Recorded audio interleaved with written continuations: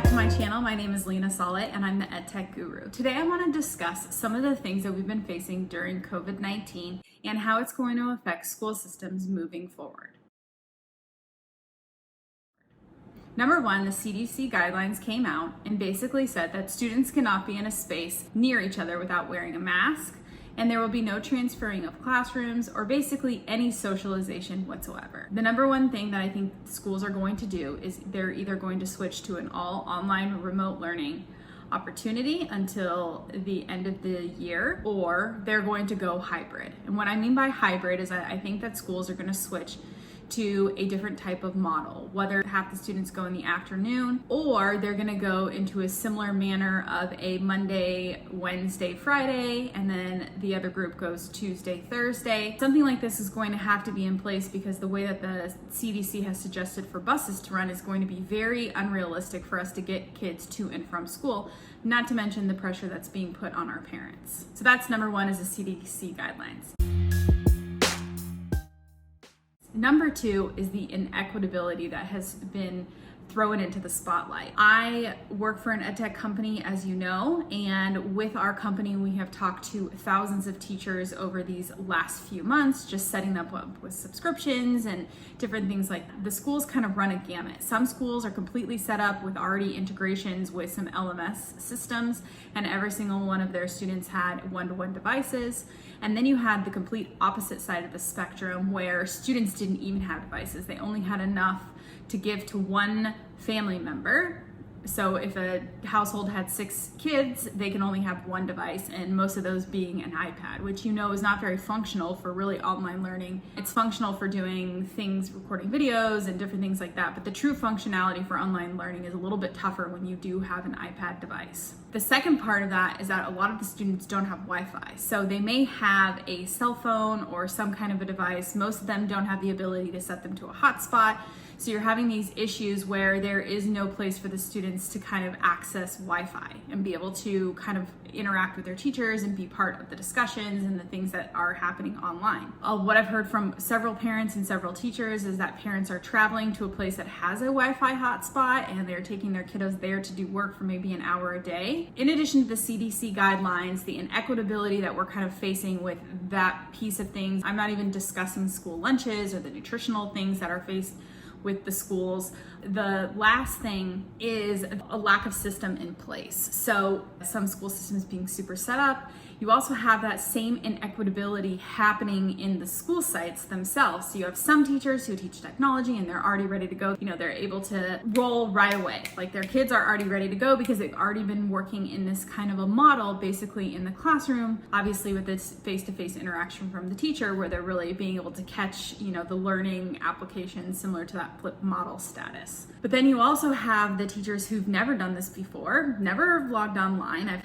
helped hundreds of teachers with tech support, and I know that if I have been helping teachers with tech support, that I can only imagine the caseload for the tech support at schools. So sometimes it's a building admin, sometimes they don't have any at all, sometimes it's only at the district level. So there's kind of a lot of things that are happening within that piece of it. So there's that side of it. The next thing is the student data privacy issues that we've seen faced with between Zoom bombings, between teachers using Zoom and the students having to register for that or turning off the account or collecting student information. You know, some things are just automatically collecting student information, and a lot of teachers were, you know, a lot of EdTech companies were giving out products and just very, very, very minimal amount of asking about the data privacy. And when we would go and look in their accounts, a lot of the students would have first names, last names. There was no following the rules just because everyone was so rushed for that remote learning. Understandable, but also you always have to keep data privacy in the forefront of our minds when we're working through these online emergency learning. So something to keep in mind. So what are my suggestions and what do I think schools should do moving forward? The most important thing from COVID-19 that we can come to realize is that you're not alone. That's number one. Doesn't matter where you live school-wise, what you're facing in your district, you're facing those same things all across the district, you're facing them with your neighboring districts, all kinds of things. So we're not alone. That's number one. Although we feel alone, we're not alone. Number two is that there has been more discussions happening in teacher workrooms and places and the ability to jump online, see what the school board is doing. It's just been much more transparency and the ability to collaborate. You're not just cooperating with your co-teacher or your person in the classroom, you're actually all working together to kind of solve this common problem. So that's number 2. Unfortunately, as you know, COVID-19 is not really going away, and it's going to continue to ripple throughout all of our society. Not to mention the funding disparities that we're going to have from not having the test scores, also not having taxes filed in a much later manner than before. It's going to be a lot more hoops to jump through to kind of keep up with what it is that we need to keep up with. What I'm recommending is that district leaders get together, whether you'd want to do it statewide, whether you want to get with your neighboring states and kind of create like almost like a regional group, come together and put everyone's heads together. Although it may seem like we're competing against each other, at the end of the day, our end goal is all the same. We want our students to thrive, we want our teachers to thrive, and we want our parents to be engaged and just create really great community engagement. So we really need to get together, industry leaders together, bring in some of your local companies around you and kind of see some different things that you can kind of maybe didn't take into consideration, but they're also facing these same things. So everyone is in the same exact position, no matter where you live in whatever kind of industry. Number 2 is decide how you can get devices to all of your students. If you only want to give iPads to K-1-2, that's fine. If you only want to do Chromebooks all across your district, that's fine. Try to do something that's universal, that every student has access. If you need to reallocate funds from purchasing that textbook that nobody uses anyway, you need to reallocate your funds. It's very important. You also need to dedicate that you have at least one tech person at the building and probably have that person leading it for every single grade level. You need to have someone to reach out to if there is some kind of a tech support issue. So it starts off, your district level, then you have your building levels, and then you have grade levels. It's very important to have some kind of grade level specific or every couple grade levels, maybe like a K2, 3, 5, 6, 8 kind of a situation. Obviously the middle schools are much different, so really having one per grade level would be much more beneficial to helping the students in a quick time. They're overwhelmed, they've been working lots of hours as teachers have been, so we kind of have to figure that out. The last thing that I would suggest, in addition to getting with your industry leaders, is come up with a plan. How are you actually going to lead remote learning? One thing that we've seen from all of this, nobody wants to go back to work. Everyone has started to get into a routine and start thriving in the remote learning environment. So we're gonna start to see a transition, whether how slow it is, that things are going to be needing to switch to online. We're going to be able to communicate with people all across the world. For example, my company is located in another country.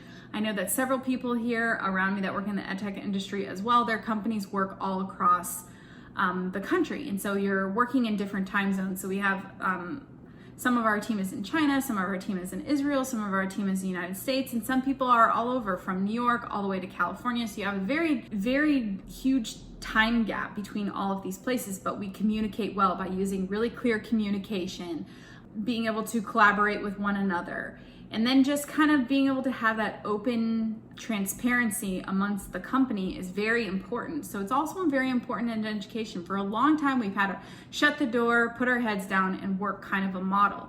And although it has worked, it may not give us the best goals that we've wanted. It's worked for a really long time in education. Unfortunately, we've seen in this time that really highlighted the inequitability amongst our teachers and the confidence that they have and the support groups that they had. So they've been seeking other places to get support, whether it's a Facebook group, a Twitter chat, just going to different kinds of resources to kind of help support each other. And then come up with something that seems like a reasonable way to do distance learning. I've seen districts that are running 8-hour days online all the way down to their kindergartners where the parents' caseload is very, very heavy. And then I've seen other districts, my sister is a teacher, won't mention the district, but she has not really had to do anything. They've just given their students grace.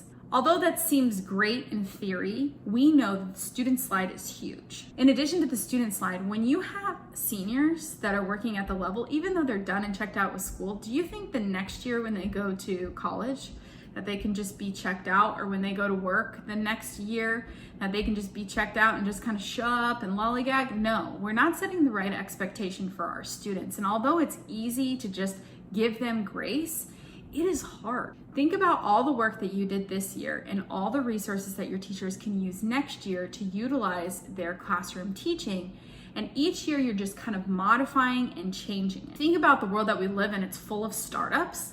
Every single day is never like the next. And that's something that I've taken away from the classroom itself, is that when you work in a startup type environment, you kind of have to have that flexibility like you do as a teacher. So knowing that things are going to change and they're not going to work is just kind of how it's going to have to be. But you have this bank of resources now that are all digital that you can continue to use.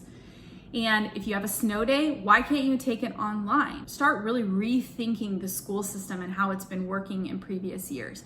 If we can successfully, remotely, emergency style, get all of our students online at the drop of a dime, teachers and educators and all of you industry leaders are amazing. How did we make this happen so fast? So now we have all this new tools in our toolbox. Let's use them for the greater good of changing education. And that's going to be by getting together with local leaders and local districts. Start tapping into your different resources, just like the teachers did during this time. It's important that as industry leaders and school boards and things like that, you kind of get with each other to have your systems. Nobody wants to change, but it's something that's needed. So think about it that way, and think about trying to, like I said, bring other people in. This is the great opportunity to bring your local businesses in and really create this really cohesive ebb and flow between it, right? There's rural cities around the country that maybe they'll go into farming, maybe they'll go into manufacturing. It doesn't matter where they go.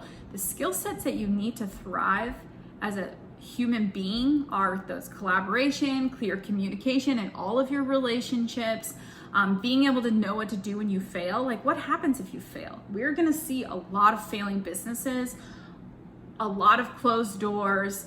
And as a country, we've already seen throughout this COVID crisis, there's been a lot of failure and a lot of mistakes and a lot of things that we didn't know. 2 weeks ago, did we know that lived on spaces? No, we thought that they all lived on our vegetables and different things like that. So it's a constant learning curve. So I'm challenging you, take this opportunity, set up a group. It's gonna take a little bit of work. You have your admin assistants, maybe refunction kind of how you're doing, and try to switch to more of a digital learning space. You're going to have happier kids. They learn differently anyway. Nobody wants to go to work. There's hardly any kids anymore that are trying to be the president of the United States. They want to be a YouTuber. They want to be an Instagrammer. They want to do TikTok. I mean, look at how much TikTok has grown this year.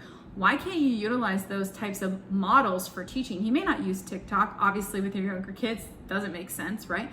But can you make some kind of a video like that, like project-based, to kind of incorporate that? And their kids are communicating now all across the country. They have friends in different states. Why are we not doing that ourselves at the top level? And then the very last thing I'm gonna suggest is that when you do come up with your plan, rope the teachers in as quick as possible. Reallocate the days that you would normally spend on meaningless staff meetings about things that you just have to do. Why can't you make an HR video, something that they can kind of go through themselves? Obviously, everyone has to watch it and be held accountable for these liabilities that are in the classroom.